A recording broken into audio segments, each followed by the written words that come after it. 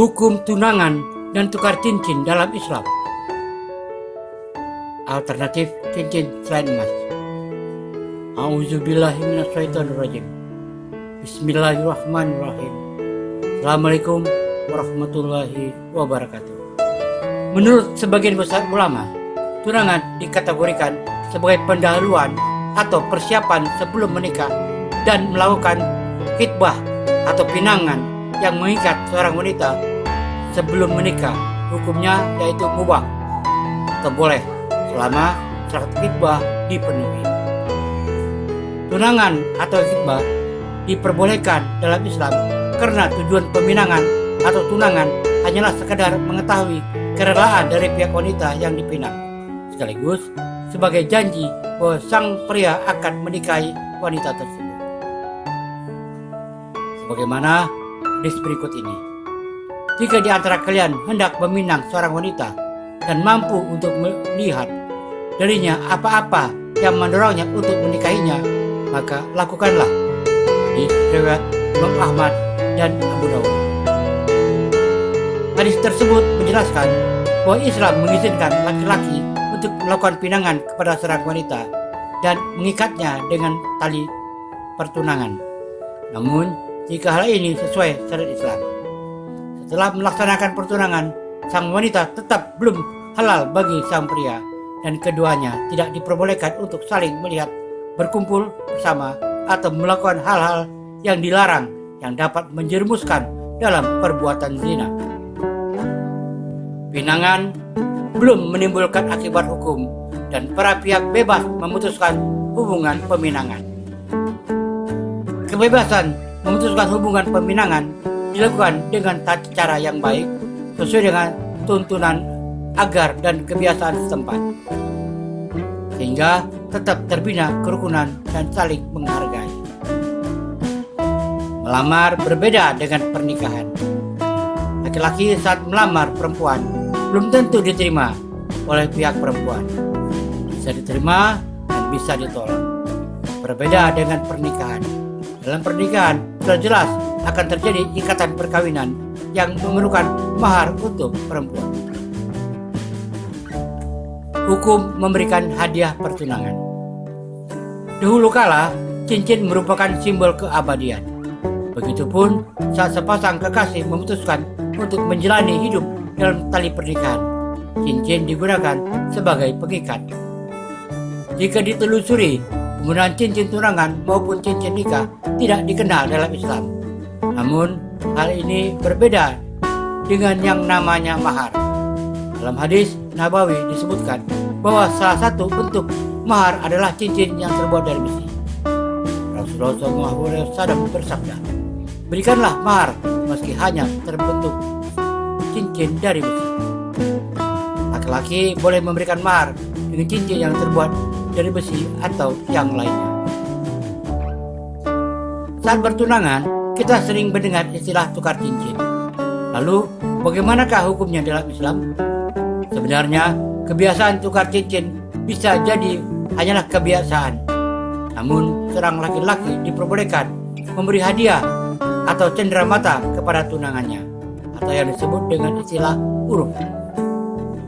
Jika di kemudian hari pihak pria membatalkan pertunangan atau pinangannya, maka ia tidak dibenarkan untuk mengambil kembali hadiah tersebut. Sebagaimana hadis Rasulullah SAW menyebutkan, tidak halal bagi seorang muslim memberi sesuatu kepada orang lain kemudian memintanya kembali, kecuali pemberian ayah kepada anaknya. Hadis riwayat Ahmad, Tirmizi, Ibnu Hibban, dan Al-Hakim. Persoalan kemudian muncul kita dalam prosesi tukar cincin tersebut adalah cincin yang terbuat dari emas, di mana pemakaian cincin emas bagi laki-laki adalah tidak diperbolehkan atau diharamkan, sedangkan pemakaian cincin emas bagi perempuan diperbolehkan. Nabi Muhammad SAW pun memakai cincin dengan ukiran nama Muhammad Rasulullah yang terbuat dari bahan perak. Nabi Muhammad SAW bersabda, "Sesungguhnya aku memakai cincin dari perak. Aku lukis di atasnya Muhammad Rasulullah. maka janganlah seseorang mengukir seperti ukirannya.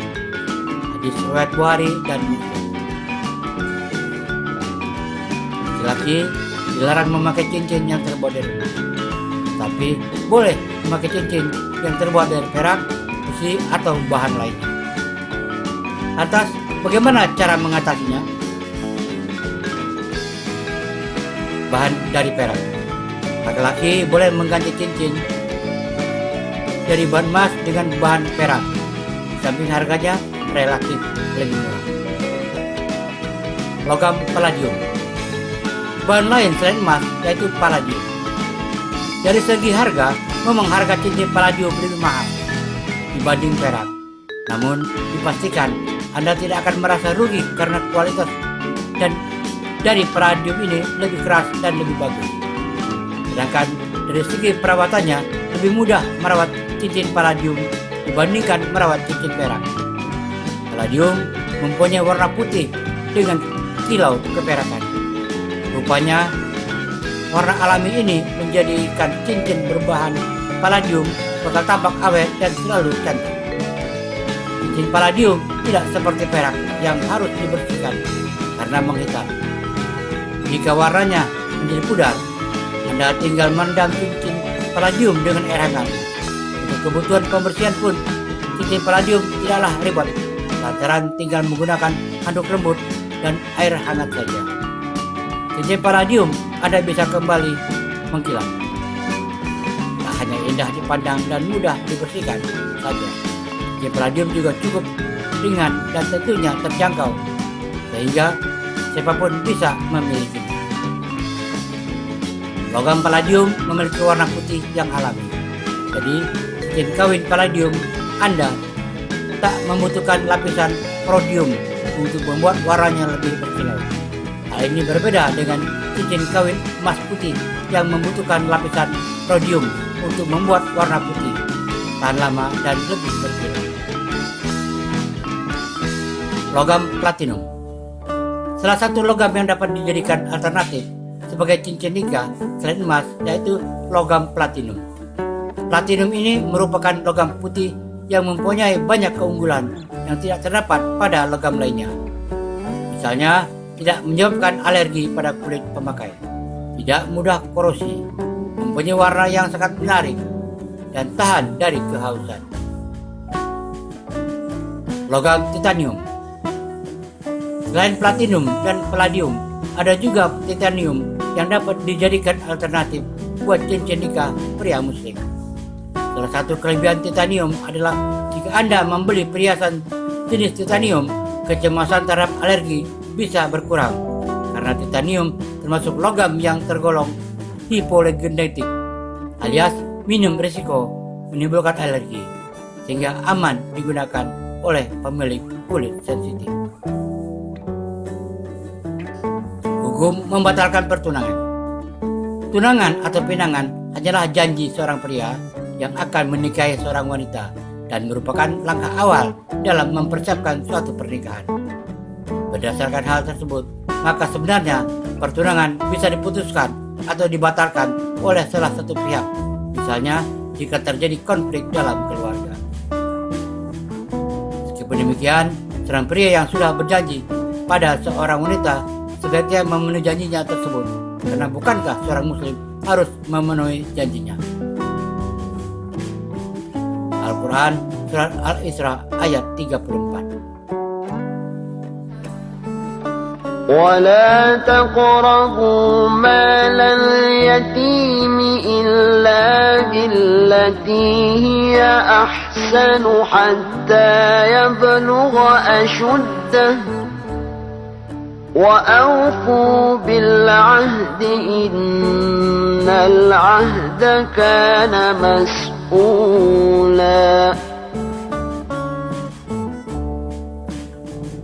Dan janganlah kamu mendekati harta anak yatim kecuali dengan cara yang lebih baik, bermanfaat, sampai ia dewasa, dan penuhilah janji. Sesungguhnya janji itu pasti diminta pertanggungjawaban. Demikian hukum tunangan dalam Islam dan tukar cincin yang terbuat dari emas. Wallahu a'lam. Semoga bermanfaat. Assalamualaikum warahmatullahi wabarakatuh.